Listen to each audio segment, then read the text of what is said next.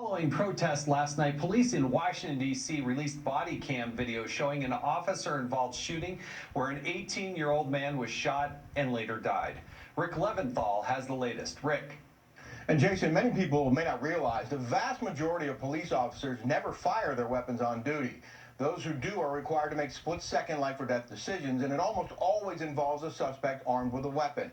And that's what happened in Washington, D.C. yesterday afternoon. Metropolitan Police releasing body cam video showing officers responding to a report of a man with a gun. And when cops roll up, Deon Kay jumps out of a vehicle and starts running.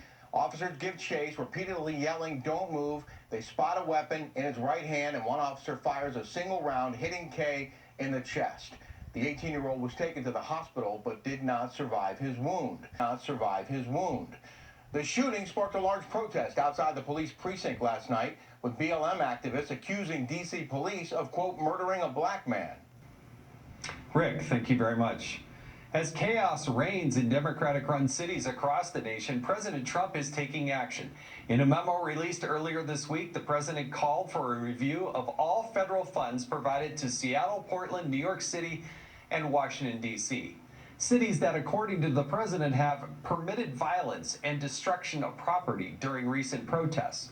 New York City Mayor Bill de Blasio threatened to sue Trump in court over the defunding threat. New York Governor Andrew Cuomo responded to the president saying he would need an army to safely walk New York City streets. Watch this. He can't come back to New York. He can't. He's going to walk down the street in New York? Forget bodyguards. He better have an army if he thinks he's going to walk down the street in New York.